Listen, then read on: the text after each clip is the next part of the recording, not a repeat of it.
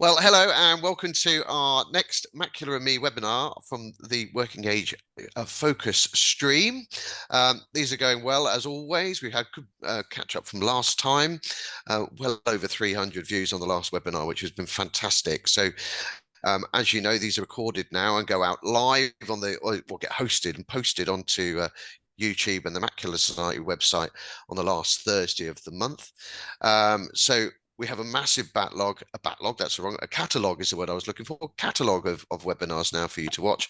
And quite a lot of them are now been slowly turned into podcasts as well. So you can watch them or listen to them at your leisure whenever you like. So I understand that people are listening to our podcasts when they're doing the housework now and the gardening and all sorts of bits and pieces, which is great. So that was the option for that. So today we are joined by Peter Locke from Guide Dogs, and we're going to talk all things trains, planes, and automobiles. So hello, Peter. How are you? I'm all good. Thank you very much. Thanks, Colin, and thanks for inviting me to come along. No, it'll be really interesting. I think it's going to be a good session today. We're going to just have a proper little chinwag really about all this stuff. And we're also joined by Haya Hassan, who's the Working Age and Young People's Coordinator for the Macular Society. So hello, Haya, how are you? Hi, I'm good, thank you.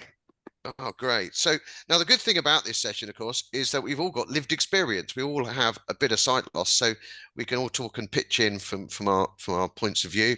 And I'm sure we've got some stories and things that we can chip in.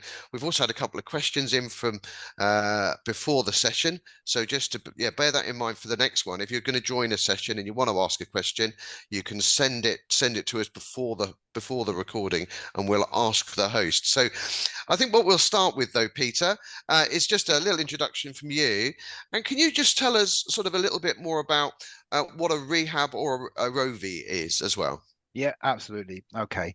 So my name's Pete Locke. I do work for Guide Dogs, but I'm sort of like here today to sort of like share my own personal experiences and stuff around, as Colin said, around using public transport and getting from A to B and stuff. I'm just currently into the second half of my century of life.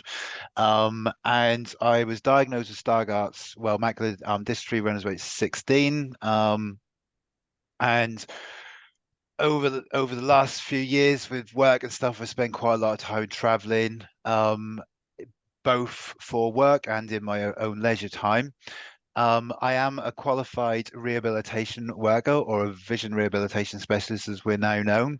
And for those that don't know anything about a rehab worker, they tend to work with people, adults, from sort of 18 upwards.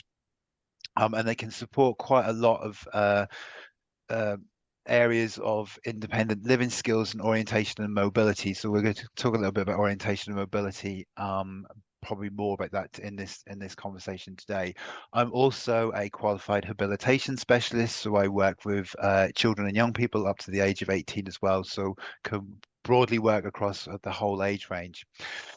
So when we talk about vision rehabilitation or a rehabilitation worker role, primarily they work for local authorities or they may work for a charity in the voluntary sector. And their overall aim is to provide and assist support and training to adults that are maybe having some experiencing some difficulties around their vision loss. That may be a vision loss they've had for a significant period of time, or it may be something that's newly acquired to them for people who may be just starting on that journey. Um, Generally, a rehabilitation worker can do stuff around the home. So if you're having difficulties with managing your cooking, being able to see the dials on the cooker and things, they can help support with that. And they can also do some training around keeping you safe in the kitchen and how you can manage the home, the cleaning and all those sorts of things. Orientation and mobility, so how you get out and about, whether it be to the shops, to see the next door neighbor, or taking the kids to school. They can support with that. So if you're experiencing any issues or difficulties, or maybe just need to try and build your confidence, if you've had a recent deterioration in your vision and stuff, then your rehabilitation worker should be able to support that. They cover, when it comes to orientation and mobility, they can look around assessments to see whether you need to use a mobility device such as a long cane or a guide cane or a symbol cane. to help with your mobility and keep you safe. They can maybe do some work around that route planning. So if you're learning a new route, if you've got and you have to learn a new route to get a bus. If you've previously driven, you need to be able to get a bus now, and how to manage it safely. They can look at that.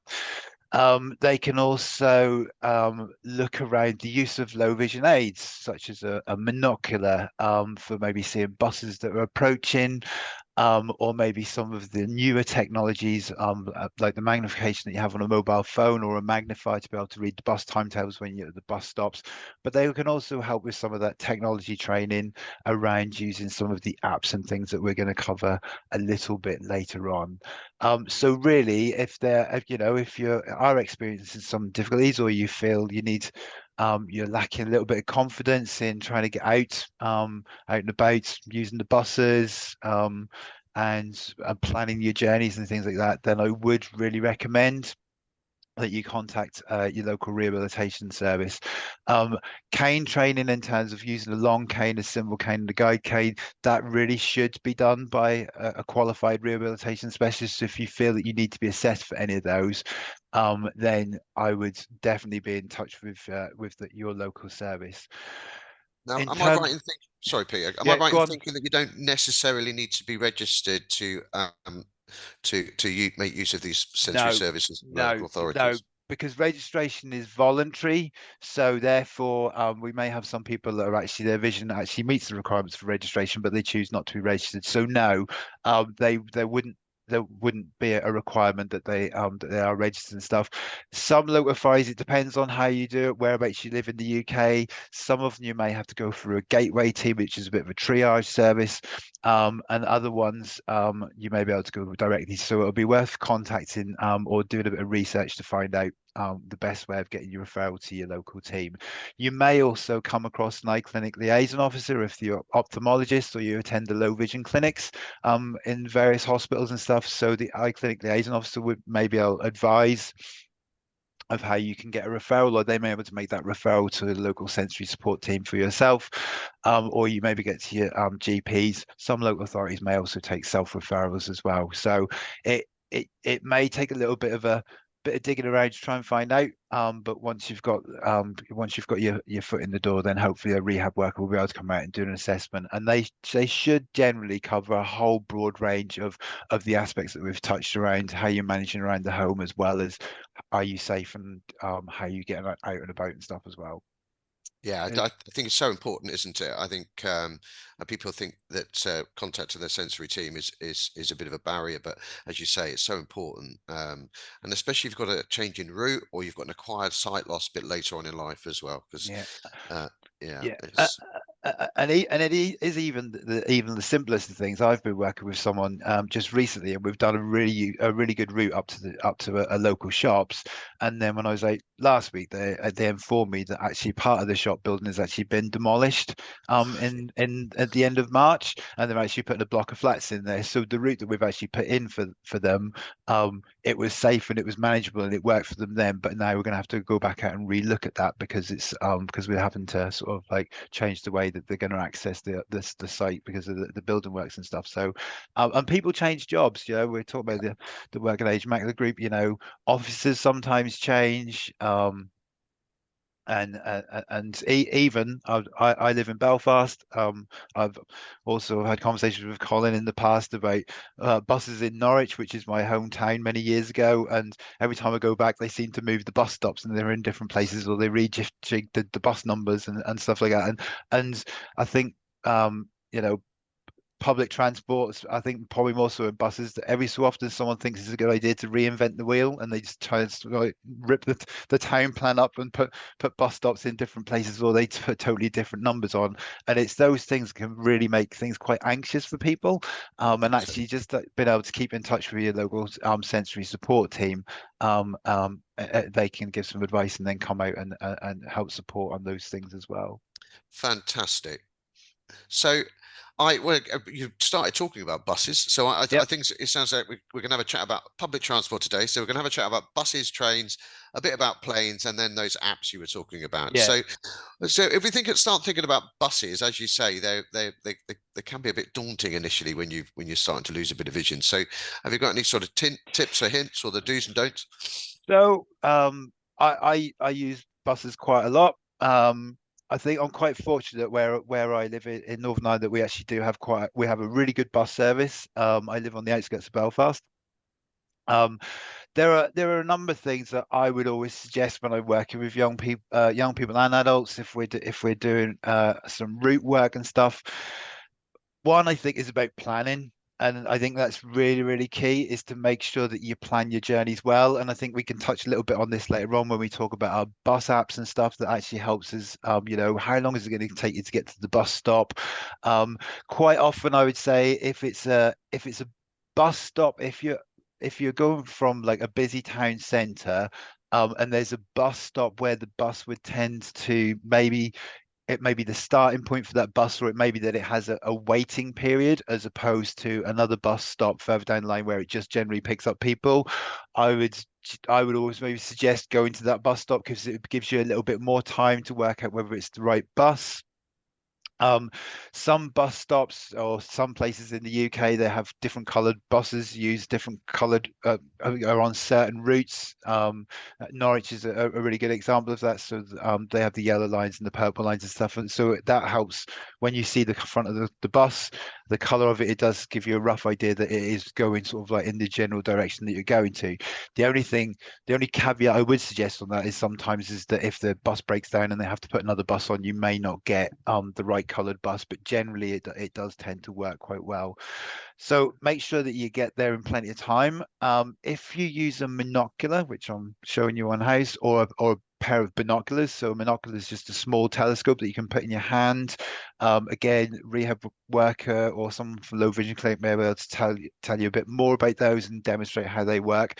Monoculars are really, really good if you can see um, so you can see the bus coming in the distance so you can prepare yourself. So you need to be standing at the bus stop somewhere where you're going to be sort of like out of other people crowded round so you can get a clear sight of the bus coming towards you. If there's loads of people in front of you, that's going to be a little bit more tricky to do.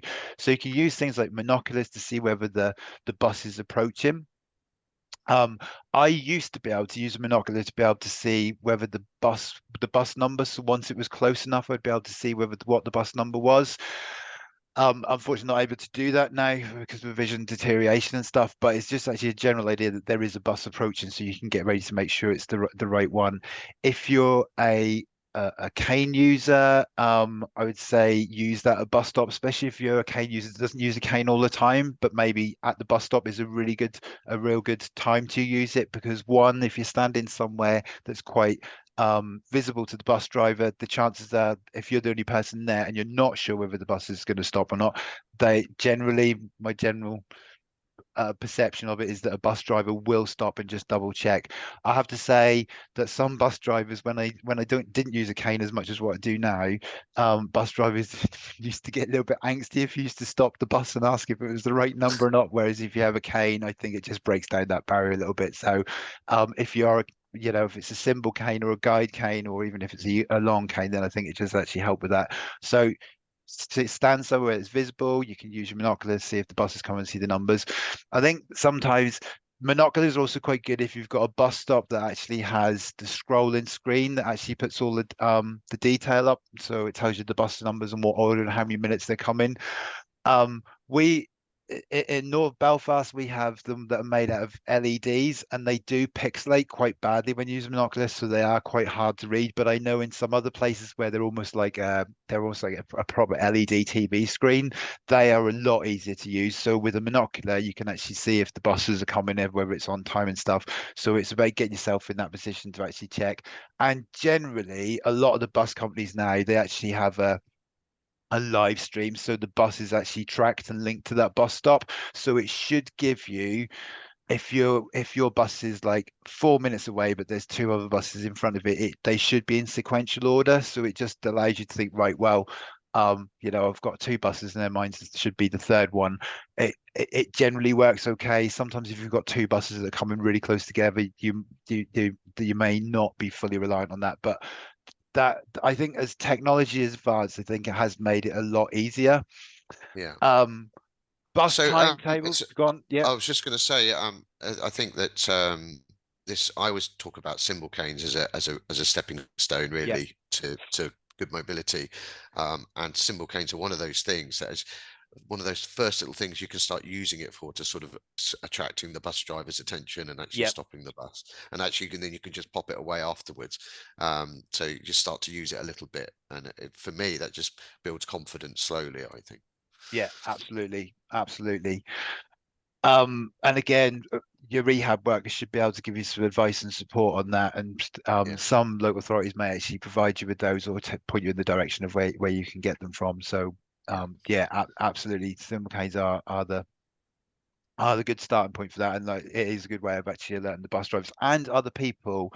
yeah, Um, I I was recently actually I travelled to Bristol a couple of weeks ago, and the airport flew into the airport and the bus stop into Bristol city centre is right outside. However, the you had to get the tickets either on the phone app, or but I wasn't too sure about that at the time, or you could get them at the ticket machine. But because I became with me, somebody actually come up behind me and actually just asked if I wanted some assistance and stuff, so help me out with that. Whereas if I didn't have a cane, it would make it a little bit more tricky. In terms of bus timetables, mm, there's a couple of things you can use here. If you're quite proficient at using a monocular, you potentially can use a bus timetable. Although I do tend to find that the positions of bus timetables actually within the stands can be a little bit awkward because they're quite often behind where people sit, so you can't always access it anyway. But if you could use it with a monocular, then you potentially could do that, or you could use some people maybe use if the screens aren't working, I'm at the bus stop and maybe the tracking app that I use isn't working, I would maybe take a photograph of the bus timetable on the mobile phone and then yeah, basically zoom up, just increase the size of the print and actually look around on the timetable. It can be a little bit tricky if you zoom up really, really big. Because obviously you're only seeing a very small part and trying to track lines along a timetable will be a little bit tricky. But again, it's one of those things if you practice, so even if you were to get somebody to take some photographs or print some bus timetables out at home or do mock-ups of it, you can just practice those skills. And I think this is always when we look at these skills and stuff, one of the things that we'd always say is just make sure when we talk about technology, when we talk about using a monocular or using a magnifier, it is all about really being really proficient and competent about yeah, using them. And the more you use them and the more you practice, the easier it will get, and you can become I mean you can potentially use a monocular without anyone in the general public actually knowing that you're using it if yeah. you're really proficient at doing it. Hide it with your hand, can't you? Yeah, yeah, yeah, exactly. So just so what about when you're on the bus? So I mean, quite a lot of buses talk now, don't they? I mean, it's a thing that's coming through Yeah, slowly. yeah. So, yeah, we're fortunate. I think we were one of the first places in the UK to have audio description on our buses, audio visual on our buses in Belfast. They don't cover all the buses in Belfast. Well, Greater, they go to Greater Belfast, but beyond, if you're going up to outside of Greater Belfast, they're not covered. But all our trains have it on, and most trains that you would come across will have it on as well. But yeah, so I would again, if it's a route that you're getting on a regular basis, but you're not familiar with it, your rehab worker might be able to support with that. If you're not having access to a rehab worker, get a family or friend to actually help support you and stuff. So when you're on the bus, it's about familiarizing yourself. If you've got some useful vision and it's a regular route that you're going to use, look for those key things. Are there key landmarks on that bus? You could maybe do the journey in a car. You could get someone to drive you in a car and you could have a discussion about it before you actually did the bus journey if you wanted. But you could but look for key landmarks. Is there key buildings that you can see that's on your way that can actually identify to where you are? Mm, And again, you could be using your mobile phone, using Google Maps or something to track where you are on positions and stuff. The Trekker Breeze, which is a mobility device that gives audio description as you're walking around routes, but you can put key landmarks in there as well. So you can also like put points in as when you're traveling on a bus route, so it'll actually alert you when you've got to pass a certain place that you need to press the button to get off at the next bus stop. So I think it's about familiarizing yourself with the routes and stuff. Now, if you get really proficient, there's quite a lot of times I get on buses and stuff, and it's maybe routes that I'm not familiar with. But so it's about having the conversation with the bus driver and just saying to the bus driver, can you just please let me know when I'm at such and such or when I'm approaching it. Again, the bus driver's got a busy job. You could be the Yeah, first person on the bus, and there could be about 50 other passengers to get on after you and stuff. But generally, I think they do. And if you sit quite close, so normally if you sit in the sort of like to the left hand side of the bus at the front seats, which is normally designated for prams and disabled people, you're in the view of the driver anyway, so potentially he's going to be able to see and recognize that you're actually there. But so it's about having that conversation with them and maybe just asking somebody else on the bus as well if you do need that little support. But again, if it's yeah. a regular route, make sure that you are quite familiar with it. And like I say, Google Maps is a real good one. If you put in your destination point, you can roughly track where you are and think, oh, actually, I'm coming up to near enough to a bus stop now, I think and you this can has do it that been way. this has been the massive change, hasn't it? I know Hire uses her Google Maps quite a lot Yeah, to when she goes somewhere new, and I certainly do. I've got the dog in one hand and an AirPod in the other ear, just so I can hear where I'm going. yeah, Such a useful thing. Yeah, How, just to yeah, go on, Hire. So just to chip in, I use Google Maps a lot, yes, but I've also found two new apps. One is called Bus Checker, which is a bit more simplified because it tells me live updates and then yeah, when the bus arrives. And there's another one called Move It, which you can do a lot more. You can share your live location with family and friends. It will give you live updates as well, and when your stop is coming up, it will tell yeah, you that. yeah. Um, Uh, so uh, that's why I find really helpful, besides uh, Google Maps as the main one. uh, Yeah, uh, Absolutely. The other thing as well is that you can actually use. We would recommend if you're using apps and stuff when you're out and about is to use bone conducting headphones, so you've actually both yeah, ears, so you can actually hear your way out. But you're right, technology has been a bit of a game changer. And I was going to say, as you said, um about bus checker and stuff. There are a whole load of other apps, and we maybe touch a bit on them later on. But actually, there are some really good apps out there. A lot of bus companies will actually, so you can stand at a bus stop now, and you can actually just hit the location where you are, and it will give you yeah. the next buses and when they're due and what number it is and how many minutes are away. And again, because that's fed into the bus stop and linked to the bus, it should be relatively live, and it also should let you know if the bus has been cancelled as well, which is always a little bit annoying. Always a little bit annoying. Yes. So it's just the buses. I mean, buses are very useful because they can get you from sort of locally A to B, and sometimes even a bit further afield if you use National Express and all that kind of stuff. But we've got time to talk about that today. But Yeah. Jen, if you want to go a bit further and you can't drive, you're probably going to get on a train, aren't you? So what are your top tips for train travel? Train travel. Right. Right. Okay. So, train travel, I think it can be quite simple, depending if you're going from a local stop to a small local stop.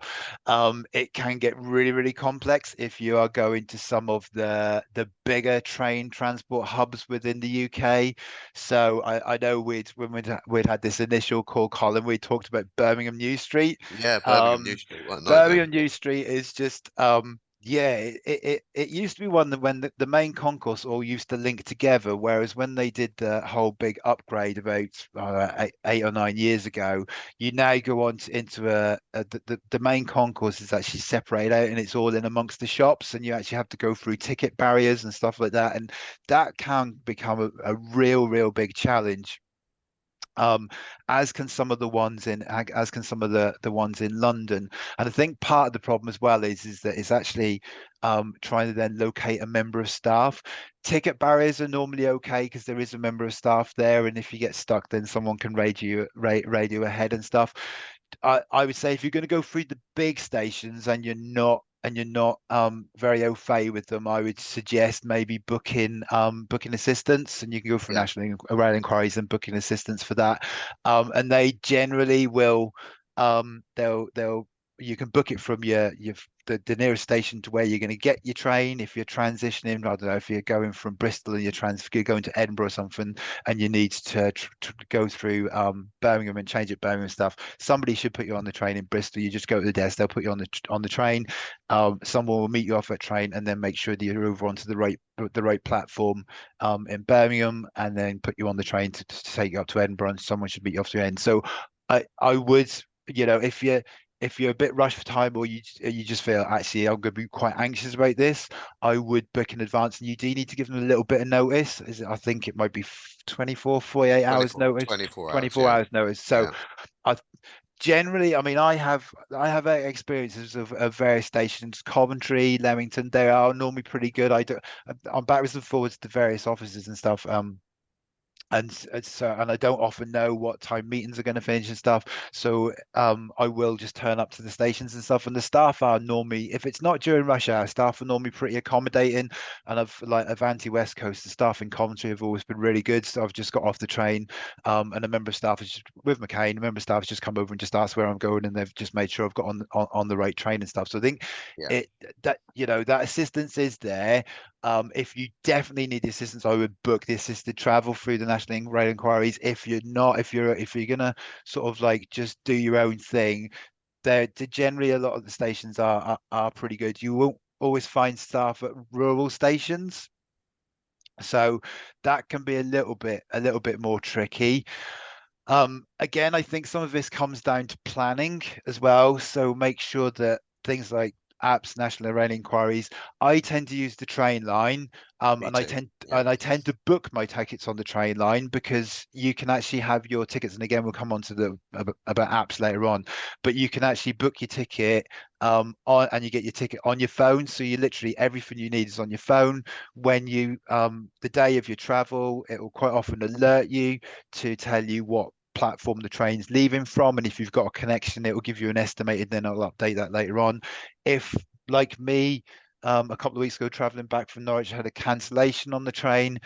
I actually got a notification about half an hour before the train was cancelled, just to let me know. So it then allowed me to go to the information desk at the station and just actually ask for alternative routes and stuff, and it actually worked really well. um, what I would say is don't leave, and I think this goes as well with buses as well. Don't leave things too tight. So if you think, oh, I've got to be at the station for 5:30 to get the train, I'll get there for 5:15. Always allow a bit of extra time. And I think even when we connect in with planes and stuff, I know it always says to get the airport 2 hours in advance, but if you're using public transport, I would always add in a bit of extra time. And that instant when my train got cancelled in Norwich, I'd actually allowed an extra hour, so I should have been at the airport 3 hours before the flight was due. Um, and it just meant, because my train got cancelled, I was able to take an alternative route and still had enough time Yeah. to do that. So train apps, national rail inquiries, all those things will provide you with all the times, and a lot of them you can buy your tickets. Need to be a little bit careful sometimes with some of the apps. So the train line doesn't cover all the main train operators sometimes, so you don't always get the most direct trains and stuff, because they tend to go for the cheapest.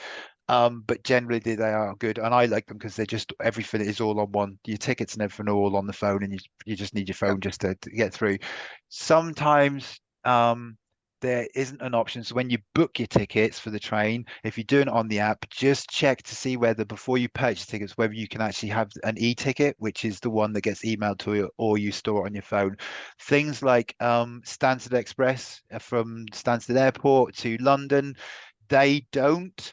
So you have to buy yeah, you can buy your ticket online, but then you have to punch in this code in a ticket machine that's not particularly accessible at the airport when you get to the station. So I would just say they don't charge any extra for buying tickets last minute. So I would just, if you were doing that, I would just buy your ticket when you get off on the plane, when you get to the station, just buy your ticket there. I think Um, also, if there is a code to get your ticket from a machine, I just take the app yeah, into the ticket office, and they'll print it off in there. yeah, right, okay. Yeah, That's but very, sometimes it's I right mean, to find the ticket office, isn't it? you have to find their ticket office, don't you? At Yeah, least yeah, they're yeah. staying open though now, which is great. Yeah, well, yeah. Bit of campaigning going on there. Yeah. Indeed. Other things with trains, obviously, um, thinking about obviously if you get an assistant, someone will take you to the door to put you on the train. But actually thinking about some of the more rural stations, if you're going to do train travel, generally trains do have a bit of a stopping point on the platform, so there's normally a marker at the where the driver will stop the train. So if the trains are all by the same operator and they're all the same length, then you're going to know roughly where the doors are going to fall for you to get on and off. Because the trouble is that a lot of doors look very same, and the doors look very similar to the rest of the coaches. If you can see the sort of longer black pieces of glass in the doors, then they're sort of like they're sort of more of a vertical rectangle, so they give you an indication that that's a door as opposed to a glass window. But actually, just familiarizing yourself with your local train station or where you're going to get your train from, and actually seeing, is there a bench or is there a bin or is there actually a building that if I stand beside it and when the train comes in, if I move forward, I'm going to be roughly in line with the doors, because you might be the only person at that station if it's quite a rural one. So you need to make sure that you're in the right place to get on. Generally, if you get on towards the back of the train, the conductor will be there. So if Yeah. you've got a long cane or something, they can maybe advise, they can sort of pinpoint out some stations. Some of the ones in Norfolk, I know show Cromer, they actually have yellow markers actually painted on the platform, where the doors normally align with the trains. So that makes it, and there again, that's a standard length train, and the doors are always in the same place. So it does actually help identify if you've got some useful vision as to where that can be. And obviously, just be mindful if you are in a station where the trains are quite busy and maybe don't stop at that station and they pass through quite quickly. Just make sure that you're always behind the yellow line if you can see it, or behind the tactile pavement, the tactile marking on the platform edge Yeah. before for any train passing for your light and stuff. Most trains these days, if they don't have the or announce for the train, when you're on the train to let you know what the next station is, obviously the conductor will sort of will come and announce when the stops are. And again, if you do need some assistance, they may actually help you get off the train as well. What I would say about the London Underground, if you are fortunate, if I say that in the correct term, to Ah, use the London Underground, I use it a few times a year. I actually enjoy riding the tube and stuff. Transport for London, you can book assistance in advance and stuff, but they also do have a turn up and go service. So you can literally turn up to your underground station, find a member of staff, and they will basically somebody they'll radio through and they'll put you on a trade. So I had to do a a, a, a trip not long ago that was from I think it was from King's Cross, and I had to go through to Docklands, to the city airport in London, and I just basically rocked up to station. Somebody took me down onto the platform at King's Cross. They then put me on the tube, and they radioed through to the stop where we needed to get off. Someone then came on the tube, got me off, and then actually walked me through a various number of tunnels and up and down a few escalators and stuff to then get me onto my connecting tube. And then they then radioed through to the city airport in London, and a member of staff actually met me off there and then took me right the way through. it's Didn't have to book all that. It's no, just it's totally brilliant. free. You just basically turn up and you go. Yeah, it's really brilliant. I think it's a bit like a visually impaired race, almost like they're just passing you from one person to a relay race. That's what the word I Yeah, was yeah, trying yeah, to yeah, trying yeah. to And is- it does run really smoothly. and it runs Absolutely really brilliant. smooth. It's only ever gone wrong once for me, once, and I do it all the time, all Yeah, the time. yeah. Okay, so I mean, trains are really cool. I mean, they help us get from A to B, but just in case we fancy going aboard, let's really quickly just touch on aeroplanes, the what to do with about flights. Right. So flights. There's a there's a few things we can say about to say about flights. I have to say, when I was talking to Colin about this originally, my experience of booking assisted travel, in the various places I've been to, the UK, it works, but you need to be you need to be prepared to fly by the seat of your pants sometimes, You quite do. literally. Yeah. My experience of, I mean, I do quite a lot of flying internally with domestic flights for work, and generally I do manage them by myself. There are a few exceptions. If I'm going to an airport that I don't necessarily I don't frequent quite a bit, or it's quite new to me, or if I'm traveling to quite some of the bigger airports and I'm by myself, I would maybe book assistance. So generally, what you need to do is you book your flights, whether with whatever means. You could maybe do it for a travel agent, whatever. I think most people these days just do it online. I tend to do, again, very similar to train tickets. Um, and bus tickets, I tend to do it using a mobile app, for the simple reason is once you've booked it, the information, providing you don't change your mobile phone, all the information that you book in then remains on your mobile phone. Um, and then you can check in using your mobile phone, and then your boarding pass then automatically gets onto the phone as well. What um, what you need to do if you are going to book assistance, is once you've booked your flight, some of the things like Aer Lingus and EasyJet will allow you, as part of your booking, to go in and actually automatically, as part of your booking on your phone, you can then add in that you need assistance. And what that does is that then allows, um, they will then contact the assisted travel desks at the various airports that you're traveling to alert them that you're going to be traveling on that flight, and it books you a member of staff to help assist you with that, both in your departure airport and at your return at your destination airport. If you're booking maybe a package holiday, such as I've just booked one for the summer here, flying with TUI, other tour operators are available. Um, they You have to ring them. You just have to ring the customer service, and part of that is to make sure that in case you need any assistance with your transfer at the other end as part of your package deal. So they'll make sure that you get transferred onto the correct coach and all that sort of stuff, and at the hotels and things. So you can just book in and go in and say that you need assistance. Once that's all booked, whether that's with your tour operator, with your airline, on your app or whatever, when you go to the airport, all you need to do is to go to the assistive travel desk. Now, generally, they are before you go to check in. So don't go and check if you're dropping bags and stuff off. Don't go to check in first. Go to the assistive travel desk. They will get someone to come to you. And the reason why I don't say, there's a few cheats with this. The reason why I say don't Yeah. go to the check in first is if there's a big long queue and you've booked assistive travel, someone will come and get you from the assisted travel desk and they'll take you to the check in desk minus the queue. So they'll literally just take you to the front of the queue and get you checked in.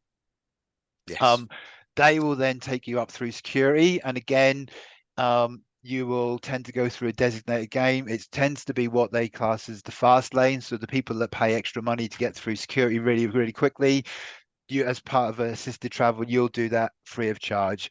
I will also add at this point that for if you don't book assisted travel, generally when I've gone to airports and stuff and I haven't booked assisted travel, the fast lane where people pay to go, you can also use that as some with a vision impairment, especially if you've got a long cane or anything. More often than not, anyone on security would just say, "Oh, just use the cane, use the lane on the far left hand side." Someone will normally board your scan your boarding pass for you, and then they will direct you through the speedy lane through security and stuff. So don't go and waste money on speedy boarding. No, no, don't. Absolutely Because don't. you can get through because of your visual impairment. And generally, I mean, I've traveled with my running club and stuff. I've generally traveled with 4 or 5 other people, and they've just said, "Oh, are you traveling with this guy here?" And they'll say, "Oh, yeah, this is where you go." So they just tend to do that as well. Yeah. So yeah, when you've gone through that, if you have booked assistance at the airport, they will generally tell you, they'll either take you to an assisted area in the main airport where they will leave you, and then they will come back and get you to take you to the gate. So you don't have to necessarily worry about gates and what, how am I going to see the screen. If you've got a monocular, you might be able to use the screen and stuff. Airports tend to be quite busy and stuff. A lot of airports now, which is really sad, don't announce flights, which is a bit tricky, especially if you can't see the screens, even using monocular and stuff. So if it is some of those airports, I would maybe use assisted travel for that. There are some other little bit of useful things. So assisted travel will put you on the plane. They tend to board you before anyone else. What I would say is if you have booked assisted travel, the only downside is if you're in a hurry at the other end, you Yeah. tend to have to wait for them to get you off the plane. So you will be the last person off. You may be the first person on, but you may be the last person off. As I said at the beginning when we started talking about flights, the UK, I've a few times where I have nearly been forgot. It's almost like final call and suddenly going, oh, we forgot you. Sorry, we'll get you down to the plane now. So it is a little bit thing. So I tend to, when I'm traveling for work and it's somewhere familiar, I will tend to go by myself. And then that just allows you to get on and off the plane. At your own leisure and stuff. Sometimes if I rock up to the gate, we're just about ready to board, they will just say, oh, do you want to go on with the other guys for assisted travel? And they'll just allow me on the plane to get my seat number and stuff. Fine. If I So, am traveling, I just if I have a guide dog, so yep, when I fly with a dog, he flies in the cabin with me, which is great. yep, Doesn't have to go in the hold. And but you do have to ring up your yep, airline to tell them that you've got a guide dog because they have to accommodate for his weight, and also. So I've just booked flights to Edinburgh, funny enough, and I've not bought reserved any seats because when I ring up EasyJet in about an hour to book on the dog, they will allocate seats to me and my yep, person I'm traveling with for free. So yep. you know, A- um, Absolutely. Yeah. yeah, So, there are some because like EasyJet do charge for your seats and stuff. And um, I know when we booked our holiday with TUI and stuff, they would also allocate seats free of charge as well. yeah, Because it is worth knowing yeah, if you are traveling by yourself, and maybe if you're there are certain airports that, and I think there is becoming more common practice now that where they don't necessarily announce the flights, if you are a Facebook user, so if you have a Facebook account and you use Facebook Messenger, you can actually go into if you search the airport Facebook page on Messenger. So if you go into your Messenger and type a search for, I don't know, Edinburgh Airport, that's the one I've got here. So Edinburgh Airport, it will log you into their Facebook page. If you then type in your flight number, so EZY49 or whatever it is, within a couple of seconds, it will actually ping up all the details about that flight. And if you just click on it, it will then give you live updates. So when the gate or when check-in closes, it will let you know when the gate is due to open. It will even actually tell you, like if I know I'm going to Edinburgh tomorrow, but I know when I go to Belfast City Airport in the morning, if I type in my flight number at 7:30 in the morning, my flight's at 10 to 10. If I type in my flight number, even though the plane hasn't arrived, it will give me an estimated time. So if the flight is delayed, I will know in advance that it's delayed. But it will also tell me roughly what gate it's going from, so I can prepare myself. So if you're in a quite a big airport, such as Edinburgh, if I know it's going to be gate 20 something, I know it's going to be quite a long walk, so I can almost like prepare myself, and I know where that gate is because I've been there before. yeah. So they are really useful. And then when the gate opens, it will also ping it through. EasyJet, and a couple of other airlines do actually provide that information in their app. So if you've got your tickets and your boarding pass and everything stuck on the app, once you've checked in, it will then start feeding the information through. But what I have found is that sometimes that information doesn't come through until like 10-15 minutes after the information's already come up on the board, whereas the Facebook Messenger one does tend to work. And if they don't do Facebook Messages, some airports use WhatsApp instead, so it is worth having a bit of a play around. Yeah. How I found this out was as I was actually sitting in an airport one day and I just typed in, I think it might have been Birmingham departures board. And what happened then was it actually brought up a website, and when I went into the website, it actually had the symbol for WhatsApp and Twitter at the time, or X as it is now known as, and Messenger. So it automatically, along all the flights, actually had those symbols, and just by clicking on it, it then automatically logged me into the Facebook Messenger, and that's how I found it. That's Yeah, really cool. I'm just aware of time a little yep, bit. So I just wanted to ask. We did get a question in about passport control. This I got a message from Alison saying that her partner who had the sight loss, she wasn't able to help him through the passport control. One of those new clever ones where you go through a little gate and then you lay your passport down. yep. How's the best way to deal with that kind of situation? I've never come up with that one before, but I'm actually wondering if that's potentially something that the assisted travel should be able to sort out for you. Yeah, I thought that might be as the case. as part Yeah, of that. There must be a member of staff around as well that can help assist with that. yeah, But yeah, I was in Poland last year, and theirs is still done manually. Although I do believe, yes, on my trip out to Poland, I went via Terminal 5 at Heathrow. yeah, And if I remember right, that was done electronically, and so was all the check-ins and all your baggage and stuff was also yeah. done That's as really well. flashy, isn't But it? Terminal they 5. did have a member of staff on on hand for those people that got stuck. And just a word of caution, if you're in Terminal 5 as well at the Heathrow Airport, they have robotic floor cleaners as well. So there's just an additional hazard that you have to. It's like a little Dalek from Doctor Who cleaning the floor, going backwards and That's very forwards. funny. It's So very funny. just be Um, mindful of that. I didn't know that. That's hilarious. So just quickly, let's whizzy through some really good apps. So we've talked about various bus companies and Bus Checker and Trainline. Have you got any other sort of apps? Um, so I mean, we talked about obviously for your navigations and stuff. If you're just even like help getting to the bus stops and things like that. So Google Maps is quite good. You can actually go into Google Maps and near where you are, and if you enlarge the screen a little bit, the bus stop should appear on your map. So if you click on the bus stop, it should actually Right. then give you the bus information. You can also use that for directions and stuff, getting to and from the bus stop to help you get you there.